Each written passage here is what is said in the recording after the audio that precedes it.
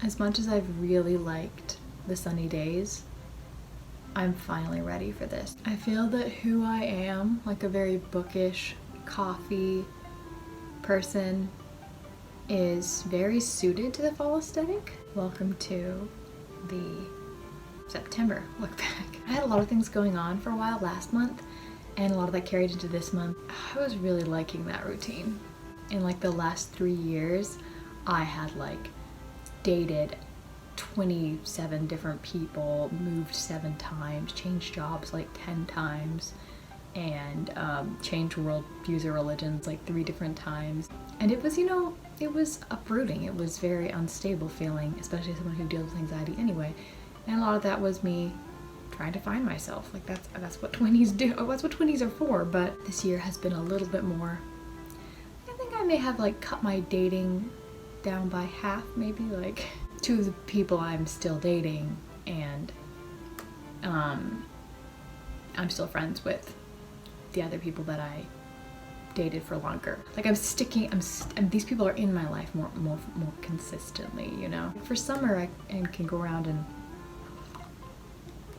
try all the things, but I just, you want your people to be close to you and like stable in fall, you know what I mean? So I'm happy.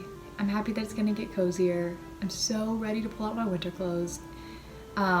Last year I started heavily into minimalism and decluttered my wardrobe.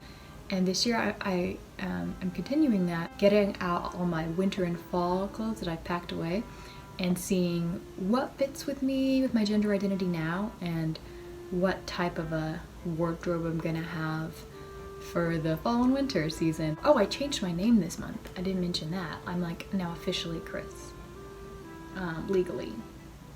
So now I just got to go through and change it on my, bank and driver's license and all of that. But yeah, I legally changed my name, but like my mom and dad and my siblings, other than Alicia, still call me by my old name and still use the wrong pronouns for me and still won't be supportive of, my partner and my lifestyle and stuff. And I don't know. It's hard to figure out how to interact with that kind of thing. I'm trying to live in a way where I don't attempt to control the things that I can't control, as I can't control the way that my family reacts to my lifestyle and identity. But I can control the way that I respond to it, I guess. It's hard to, hang out with them as much as I would like, I'm trying to be okay with that. I hang out more with my family in Austin who are more supportive, and I hang out with my friends and build my network. And it's like I'm not like bitter about it, because I do know where they're coming from. I remember being homophobic, transphobic not that long ago, and I didn't want to hurt anybody. I didn't want to upset anybody. I didn't want anybody to feel excluded or like they couldn't be themselves. I really thought that my religion taught that you couldn't be gay or trans and Christian, and so I also thought that for some reason that it was taught in there that I also couldn't support or be friends with LGBT people, which I don't think it does, but anyway. So it's not really any bitterness there. I've worked through a lot of that actually with my own spirituality journey of Wicca and Buddhism to learn to let go of bitterness and things I can't control, creating my own boundaries around how many times I'll hear myself misgendered or my girlfriend disrespected or things like that, It doesn't have to be that complicated. One cool thing is this September was the first time that I got to circle with my coven. We were celebrating Mabon, which if you don't know is a witch's Thanksgiving, and it was the first time I had actually been in circle before. So my high priestess do the circling. I'm not going to talk too much about it because it's private, but it was such a spiritual experience. I don't know. It was so healing for me to be in a spiritual setting that was not toxic to me, and to basically pray for the first, I'm gonna like start crying, for the first time in forever. And it's weird because I do actually still identify as an atheist, but I was praying to these beings that I'd been taught about through Wicca, these entities that I could connect with, and the goddess and the god, and then I was able to connect to them in a similar way to the way that I felt like I used to connect to the Christian God, but I didn't feel the judgment or hate or toxicity. I just felt the love that I used to feel, and I like got some messages for me and got to celebrate Navin and fall with people that I align with, and got to worship with them, basically. I was asking the goddess and the god to show me, like, I was thinking of what I was grateful for, and just from the heart, not trying to put any own words in my own mouth, I guess. And the things that came to mind was my mother's eyes. I saw my girlfriend's lips, the way she smiles, and I saw my grandparents like sitting across from me and their hands folded. And I guess I heard like my mother's eyes that they see me. And my girlfriend's lips, they tell me, they support me. My grandparents' hands, they give to me. I'm seen, I'm loved, and I have support. I didn't hear those exact words, except for that I'm seen one, but it made sense to me. And then I just saw these things pointed at me, the lips, the eyes, the hands, and I heard, "You are here to receive.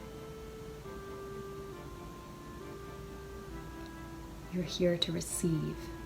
I'm a very try-hard person. To try to give, to do enough, to be enough, but it was just like, you're here to receive. And I thought, wow, just receive? And there was a huge emphasis on that. And to give. Because I realized when I try to do enough, to be enough, am I really giving? Am I giving the eyes, the lips, the hands like my family gives to me? Am I seeing and really giving to others, or am I just trying to be enough, you know? And so it was like, you're here to receive and to give. And when I heard that I'm here to give, I was thinking like, my negative self-talk that I didn't realize was still so strong was coming, and it was like, give what? Like my writing, my kindness, my love, and it was immediately judging me, being like, your writing's not good.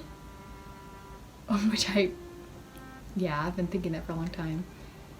And you aren't good at relationships. And what do you have to give? That other people don't give better. And I was like, wow, I really have that bad negative self-talk that's just like telling me that? And the voice was just like, you are here to receive and to give. And I was just like, what am I here to give? And then it just said, you have something to say. And that was it. You have something to say. And that moment I started crying.